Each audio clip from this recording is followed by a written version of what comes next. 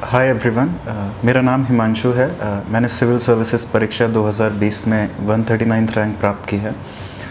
Currently मैं अभी जो है वो इंडियन पुलिस सर्विस का प्रोबेशनरी ऑफिसर हूँ, जो मुझे सिविल सर्विसेज एग्ज़ामिनेशन 2019 के बेसिस पे अलॉट हुआ था। और सरदार वल्लभ भाई पटेल नेशनल पुलिस एकेडमी में इस वक्त मेरी ट्रेनिंग चल रही है। इससे पहले 2018 में मैं भारतीय रेलवे परिवहन सेवा में भी था। तो ये मेरे अब तक की यूपीएससी के सफ़र का समरी है। ये जो टॉक है ये मैंने ख़ास तौर पे स्पेशली उन बच्चों के लिए, उन लोगों के लिए जो छोटे टाउन से हैं, विलेजेस से हैं, या फिर जिनको दिल्ली का इतना ज़्यादा एक्सपोजर नहीं है, या फिर जिनको लगता है कि उनके पास रिसोर्सेज की कमी है, दिल्ली आने की पॉसिबिलिटी कम है, उनके लिए बनाया है। तो अगर आप इनमें से कोई हैं तो ये टॉक मुझे उम्मीद है आपके लिए थोड़ा बहुत फ़ायदेमंद ज़रूर रहेगा। तो सबसे इम्पॉर्टेंट चीज़ जो ये है सिविल सर्विसेज के लिए, देयर इज़ अ मिथ कि मैं उसे मिथ ही बोलूँगा कि अगर आपको सिविल सर्विसेज क्रैक करना है तो आपको उसके लिए दिल्ली आना ज़रूरी है और आपको कोचिंग लेना मैंडेटरी है। इनमें से कोई भी दो चीज़ों में से एक कुछ भी इम्पॉर्टेंट या क्विंटेसेंशियल नहीं है। आप बिना दिल्ली में आए भी, बिना कोचिंग पे लाखों रुपए खर्च किए भी सिविल सर्विसेज का एग्ज़ाम क्रैक कर सकते हैं। उसके लिए कुछ पॉइंटर्स जो मेरे पर्सनल एक्सपीरियंस रहे, क्योंकि मैंने अपनी इस 3 साल की जर्नी में 2018, 19 और 2020 के सिविल सर्विसेज में कोई रेगुलर क्लासरूम प्रोग्राम कोचिंग नहीं लिया था। और मेरा दिल्ली का स्टेज जो था वो पहले तो काफ़ी रहा, लेकिन प्रिपरेशन के टाइम पे मैं दिल्ली हार्डली ज़्यादा रहा हूँ फॉर प्रिपरेशन पर्पसेस। तो वो क्या टिप्स और स्ट्रैटेजीज़ थी जो मुझे हेल्प की, मैं आपके साथ शेयर करूँगा। एक लाइन है जिससे मैं बहुत ज़्यादा प्रभावित हूँ, जो शुरू में मुझे सुनने को मिली थी। वो ये थी कि मुझे मेरे एक सीनियर ने बोली थी, सीनियर कम टीचर। उन्होंने कहा था कि किसी भी एग्ज़ाम को प्रिपेयर करने से पहले आपको खुद को उस एग्ज़ाम के लिए प्रिपेयर करना होता है। और मुझे लगता है यही एक फ़ाइन लाइन है जो बड़े शहरों में बच्चे रहते हैं उनको सेपरेट करती है फ्रॉम द स्मॉल टाउनर्स और विलेज के बच्चों से।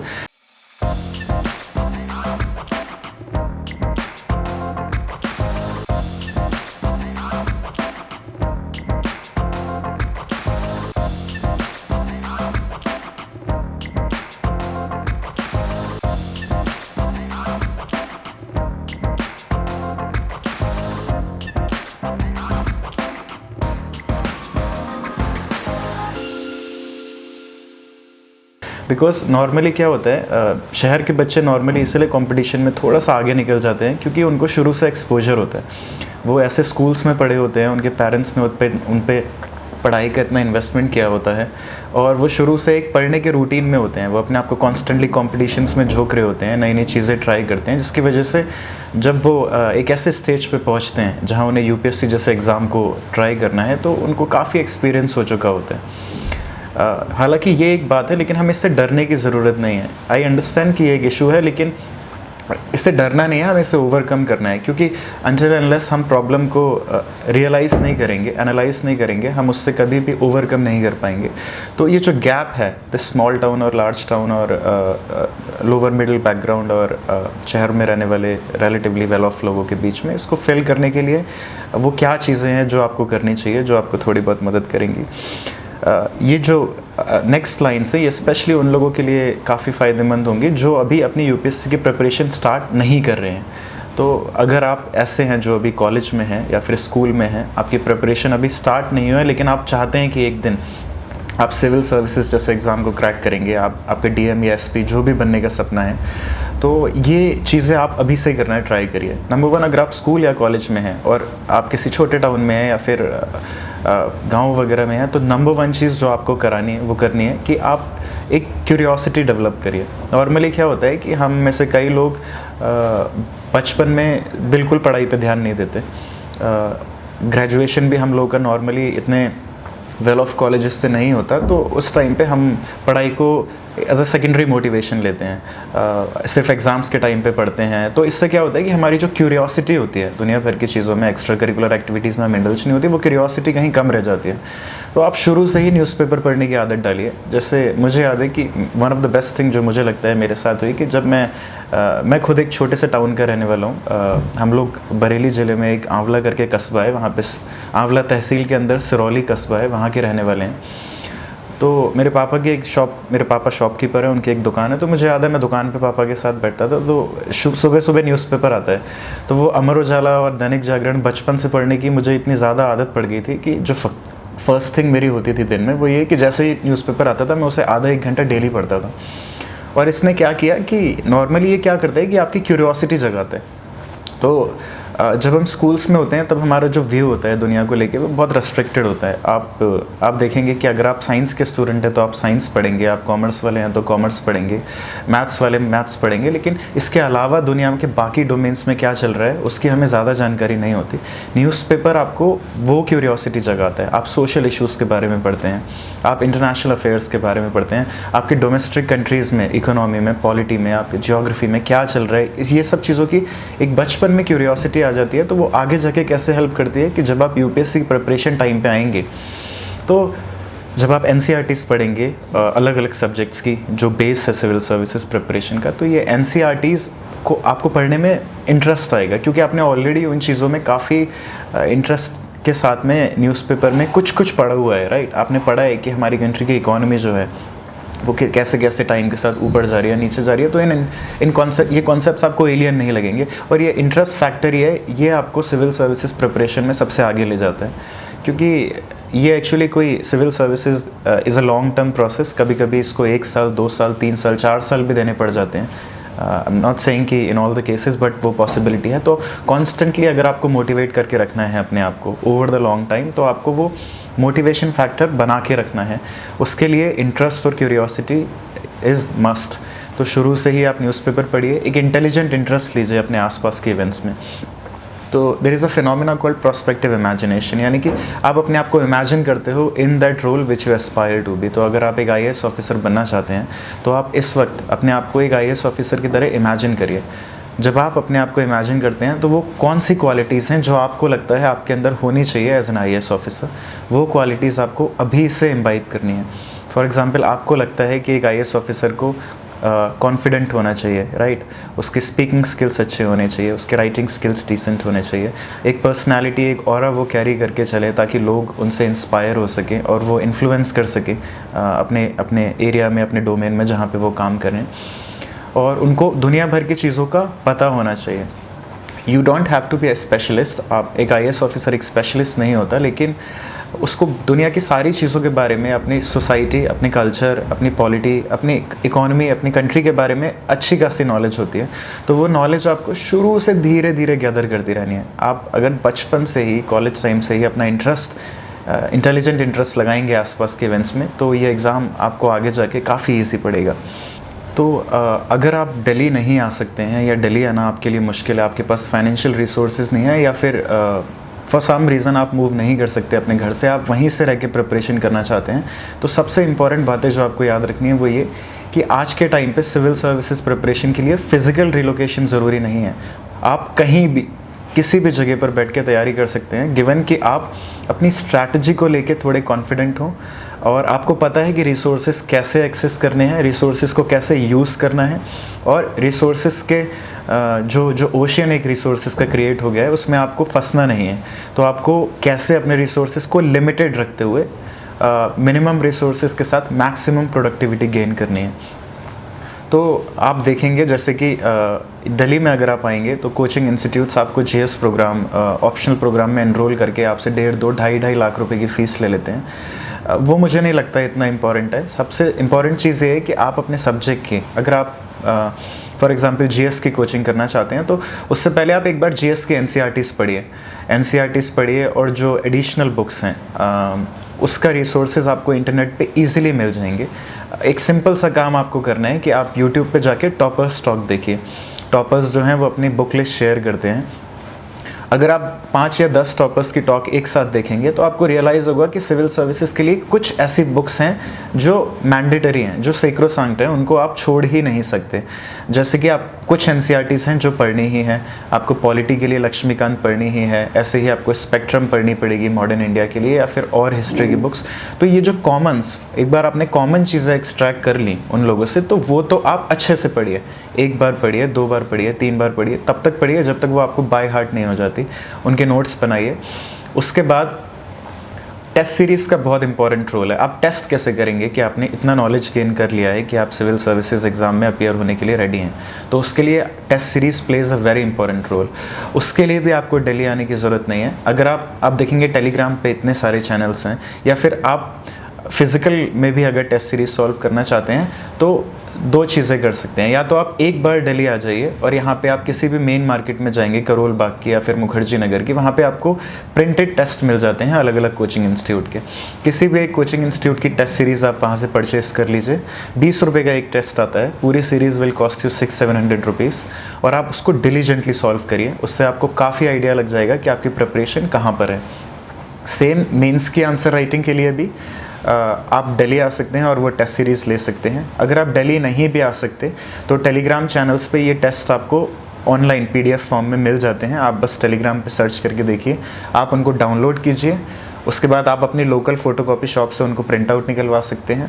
अगर आप प्रिंट आउट भी नहीं निकलवाना चाहते, जो मैंने किया था, क्योंकि मुझे लगता है कि प्रिंट आउट निकाल के बहुत बर्डन हो जाता है आपके ऊपर, आपको उन्हें कैरी करना पड़ता है एक से दूसरी जगह, और फिज़िकल फॉर्म में पढ़ना over a period of time मुझे इतना फीजिबल नहीं लगता था। तो मैंने जो अपना एक वन टाइम इन्वेस्टमेंट किया था वो ये था कि मैंने एक iPad, सबसे बेसिक वाला जो होता है, जो मुझे करीब 25,000 रुपये का पड़ा था, और एक एप्पल की पेंसिल जो करीब 7,000 रुपये की पड़ी थी। इन दो चीज़ों पे मैंने 30,000 रुपये के आसपास का इन्वेस्टमेंट किया था। तो इससे ये होता है कि जितनी भी फिजिकल PDF मुझे मिलती थी टेस्ट की, मेंस की टेस्ट सीरीज़ की, मैं वो सारी iPad में ले लेता था और पेंसिल से उसी पर ही टेस्ट सॉल्व करता रहता था। तो बेसिकली वो मेरे pen, paper, copy, note making pad सब कुछ बन चुका था। और इस अटैम्प्ट में मैंने एक भी फिजिकल कॉपी किसी भी एग्ज़ाम, किसी भी UPSC मटेरियल की नहीं ली। सारा काम मैंने डिजिटली ही किया था, और उस iPad ने मुझे काफ़ी हेल्प किया। तो अगर आप ऐसा कुछ वन टाइप इन्वेस्टमेंट कर सकते हैं तो वो भी आपके लिए काफ़ी फ़ायदेमंद होगा। अदरवाइज़ आप फिज़िकल कॉपी भी 20-20 रुपये के टेस्ट लेके उन्हें सॉल्व कर सकते हैं। मैं आपको रिकमेंड करूँगा कि आप अपनी प्रिपरेशन को यूनिडिमेंशनल मत रखिए। नॉर्मली क्या होता है कि हम सिर्फ पढ़ते ही रहते हैं।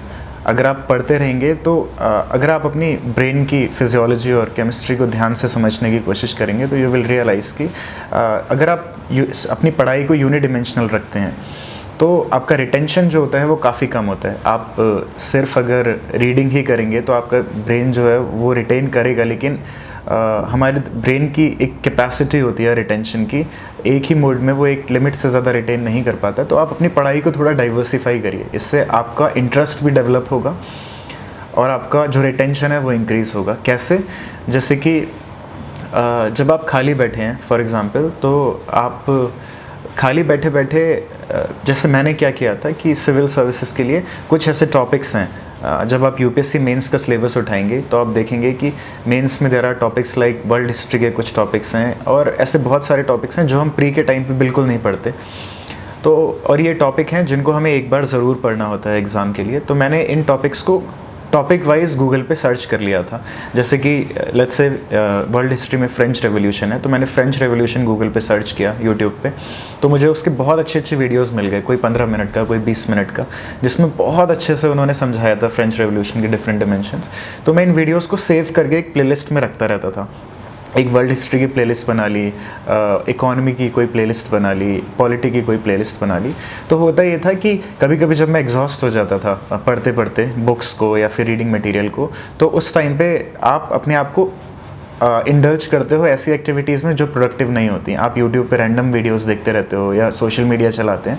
उससे बढ़िया ये है कि आप खाली टाइम में इन वीडियोस को देखिए, आपका एंटरटेनमेंट भी हो जाएगा और आपकी प्रिपरेशन भी कॉन्टीन्यूसली चलती रहेगी और आपका रिटेंशन इंक्रीज़ होगा, क्योंकि आपने एक चीज़ वीडियो में देखी और बाद में आप उसे रीड भी करोगे तो डिफरेंट डोमेन्स में चीज़ें देखने से, समझने से उसका रिटेंशन बढ़ जाता है। तो अपनी पढ़ाई को थोड़ा डाइवर्सिफाई करिए। खाली टाइम में अगर आप वॉक कर रहे हैं, जॉगिंग कर रहे हैं, तो आप कान पे ईयरफोन लगा के करंट अफेयर्स सुन सकते हैं किसी भी रेप्यूटेड कोचिंग इंस्टीट्यूट के। मैं जो अपने करंट अफेयर्स थे उनको पढ़ने से पहले एक बार सुनता भी था। तो मैंने ऐसे करंट अफेयर्स फॉलो किए थे जिनका यूट्यूब पे भी वीडियोस बनते थे, तो मैं उनको पढ़ता था, एक बार देखता था और फिर सुनता भी था। तो उससे रिटेंशन कैपेसिटी काफ़ी बढ़ जाती है और उसको एग्ज़ाम में रिप्रोड्यूस करना ईजी होता है। तो इसके अलावा और पर्सनालिटी वाइज आपको क्या चीज़ें करनी है अब इस एग्ज़ाम में एस करने के लिए, जो मुझे लगता है ज़रूरी है। आप शुरू से ही देखिए, जब आप यूपीएससी की प्रिपरेशन करेंगे यू विल रियलाइज़ कि मेंस में आपको 3 घंटे में काफ़ी सारा कंटेंट लिखना होता है। तो उस टाइम पे अगर आपकी हैंड राइटिंग अच्छी है और आप फास्ट लिख सकते हैं तो ये एग्ज़ाम में डेफिनेटली आपको हेल्प करेगा। मुझे पता है कि मेरे कुछ ऐसे दोस्त भी हैं जो जब तेज़ लिखना स्टार्ट करते हैं तो उनकी हैंड राइटिंग बहुत ख़राब हो जाती है। तो उस केस में उनको थोड़ा सा डिसएडवांटेज है। तो आप शुरू से ही फास्ट और तेज़ लिखने की कोशिश करिए, वो आपको मदद करेगा। सेकंड, आप सिटिंग की आदत डालिए। नॉर्मली क्या होता है कि हम लोगों ने कभी भी बैठ के किसी एग्ज़ाम के लिए कॉन्टीन्यूसली प्रिपरेशन नहीं की होती।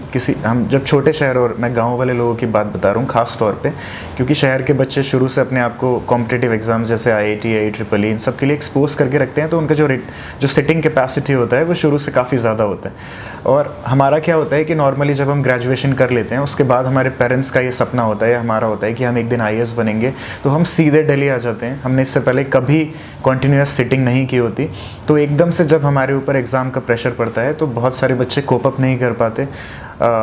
उनका मोटिवेशन पूरा होता है। आई हैव सीन कि जब नए बच्चे यहाँ आते हैं तो कितने मोटिवेटेड होते हैं कि हम 16 घंटे पढ़ेंगे, 18 घंटे पढ़ेंगे, लेकिन क्योंकि आपके शरीर को, आपके दिमाग को उसकी आदत नहीं है, तो इवेंचुअली आपके ऊपर बहुत स्ट्रेस बिल्ड हो जाता है और कहीं ना कहीं आप गिव अप कर देते हैं।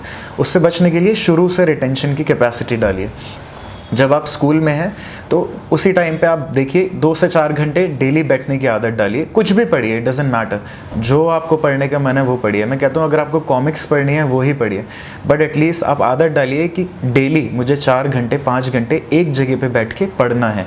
तो उससे आपकी एक कैपेसिटी डेवलप होगी सिटिंग और रीडिंग की, और आपका जो ब्रेन है, आपका जो आपकी जो बॉडी है वो सिंक हो जाएगी, ट्यून हो जाएगी उस एक रूटीन के साथ। उसमें आप रियलाइज़ करेंगे कि जब आप लगातार हर दिन पढ़ाई करते हैं तो एक पॉइंट आता है जहाँ पे you feel like giving up, क्योंकि आपको लगता है आप बहुत ज़्यादा एग्जॉस्टेड हैं, आपका दिमाग काम नहीं कर रहा, आपका दिमाग चलना बंद हो जाता है। तो ये धीरे धीरे ट्रेनिंग के साथ में आप ओवरकम करेंगे। इसमें एक इम्पॉर्टेंट चीज़ ये है कि मैंने देखा है लोग मोटिवेशन को काफ़ी बड़ा फैक्टर मानते हैं for exam like civil services, जो कभी कभी आपका सालों की प्रिपरेशन मांगता है। Motivation may not be the number one thing you should be looking for, क्योंकि मोटिवेशन का एक इनहेरेंट नेचर है कि वो टेम्परेरी होता है। आप आज मोटिवेटेड हैं, कल शायद नहीं होंगे। तो मोटिवेशन से आगे बढ़ के आपको डिसिप्लिन पे आना है कि अगर आपको डेली 4 से 5 घंटे 2 घंटे जो भी आपने टारगेट किया है पढ़ना है तो पढ़ना है। तो उसकी आदत आप अभी से डालिए और धीरे धीरे डेवलप कीजिए। कुछ महीनों की प्रिपरेशन में वो आपके रूटीन में आ जाएगा।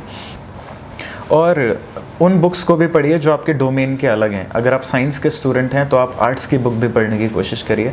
न्यूज़पेपर पढ़ेंगे तो आपको ऑफ कोर्स डिफरेंट डोमेन्स के आइडिया हो जाएगा, बट इसके अलावा अलग चीज़ों के बारे में भी जानिए, पढ़िए, समझिए, लोगों से बात करिए। ये सारी चीज़ें आपको काफ़ी हेल्प करेंगी आगे जाके।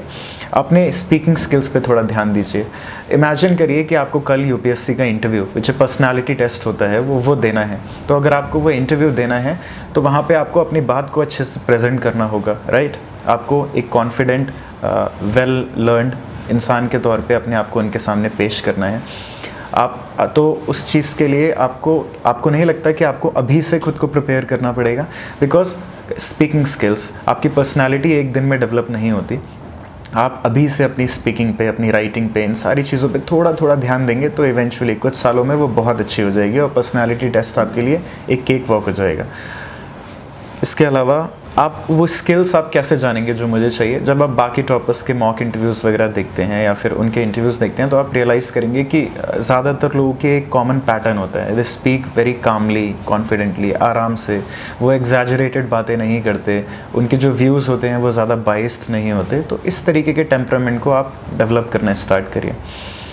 और जब आप घर पे प्रिपरेशन करेंगे, आप दिल्ली नहीं आ पाए, तो यू विल रियलाइज़ कि आपके मन में बहुत ज़्यादा सेल्फ डाउट होगा।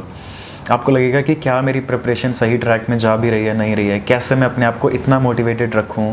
जो लोग दिल्ली में रह रहे हैं वो तो मेरे से कहीं आगे हैं क्योंकि वो कंपटीशन में रह रहे हैं, उनको रिसोर्सेज है। ऐसा कुछ परेशान होने की आवश्यकता नहीं है।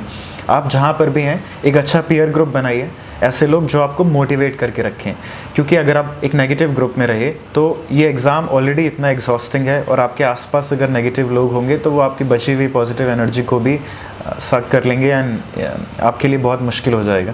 तो एक अच्छा सर्कल बनाइए, एक दूसरे को मोटिवेट करके रखिए, एक दूसरे को टेस्ट करिए, एक दूसरे को पुश करते रहिए आगे बढ़ने के लिए। आप कहीं पर भी हो, आप इस एग्ज़ाम की प्रिपरेशन उसके बाद कर सकते हो। जो मेरा लास्ट मैसेज है वो पेरेंट्स के लिए है ख़ास तौर पे।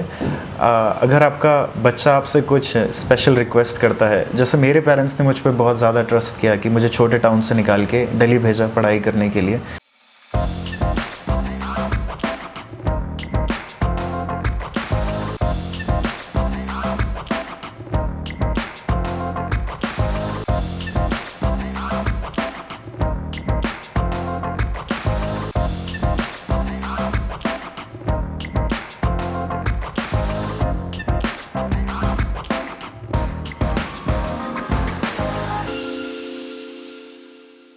मेरा ग्रेजुएशन दिल्ली से ही हुआ है। तो और जहाँ पर भी मुझे लगा कि मुझे कुछ ऐसे डिसीजन लेने की ज़रूरत है जो अनऑर्थोडॉक्स थे, उन्होंने मुझे पूरा सपोर्ट किया। तो अपने बच्चों को प्लीज़ सपोर्ट करिए, उनको शुरू से मोटिवेट करते रहिए। आप उनमें क्यूरियोसिटी जगाने की रिस्पॉन्सिबिलिटी थोड़ी सी आपके अंदर भी है। आप उनको ऐसी चीज़ों में इंडल्ज करिए जो उनके स्कूल की स्टडीज़ के थोड़ा आगे हों, क्योंकि अगर शुरू से इंटरेस्ट नहीं डेवलप हुआ तो आगे जाके थोड़ा मुश्किल हो जाता है बच्चे के लिए। और अगर प्रिपरेशन के टाइम पे वो स्ट्रेस्ड हैं, डाउटफुल हैं, तो उनको कॉन्फिडेंस दीजिए, उनको विश्वास दिलाइए कि अगर आप लगातार थोड़ी थोड़ी मेहनत करके डेली पढ़ाई करते रहेंगे और हर दिन अपने आप में 1% इम्प्रूवमेंट भी करेंगे तो इवेंचुअली एक ना एक दिन ये एग्ज़ाम आपके लिए ज़रूर पॉसिबल हो जाएगा। तो हैव फुल फेथ और कॉन्फिडेंस अपने आप में। आप जहाँ भी रह रहे हैं अपने आप पे भरोसा रखिए, अपनी प्रिपरेशन पे भरोसा रखिए, उससे डाइवर्ट मत होइए। अपनी बुक लिस्ट को मिनिमम रखिए, रिवीजन मैक्सिमम करिए, लगातार टेस्ट देते रहिए अपने आप को एवेलुएट करने के लिए, और अपना कॉन्फिडेंस 100% अपने आप में बना के रखना है। अगर कोई डाउट है तो आप इमीडिएटली इंटरनेट पे जाके लोगों की टॉक देख के उसको दोबारा रेफ़र कर सकते हैं। अपने सेट पाथ से डाइवर्ट मत होइए। अगर आपको ऐसे थॉट्स आते हैं कि आपकी प्रिपरेशन ठीक नहीं चल रही या बहुत ज़्यादा एंग्जाइटी है, तो इट्स ओके, बिकॉज ये एग्ज़ाम का एक प्रोसेस है। You just need to accept it, right? So it's like meditation कि आप आज डिप्रेस फील कर रहे हो तो शाम को नहीं करोगे। तो जिस स्पेस में आपको लगता है कि आप ठीक नहीं हो, आप सिंपली उसको जाने दीजिए, पास होने दीजिए। एक अच्छी हॉबी बनाएंगे तो ये आपको काफ़ी हेल्प करेगी। कुछ ऐसा करते रहिए जिससे डेली आपको पॉजिटिव एनर्जी मिले। It can be a hobby, it can be physical exercise, या फिर मेडिटेशन कर सकते हैं। और हर दिन अपना 6 से 8 घंटे 5 घंटे पढ़ाई करते रहिए, and you will definitely be able to crack civil services one day. So have faith, trust yourself and work hard. That's it. Thank you very much.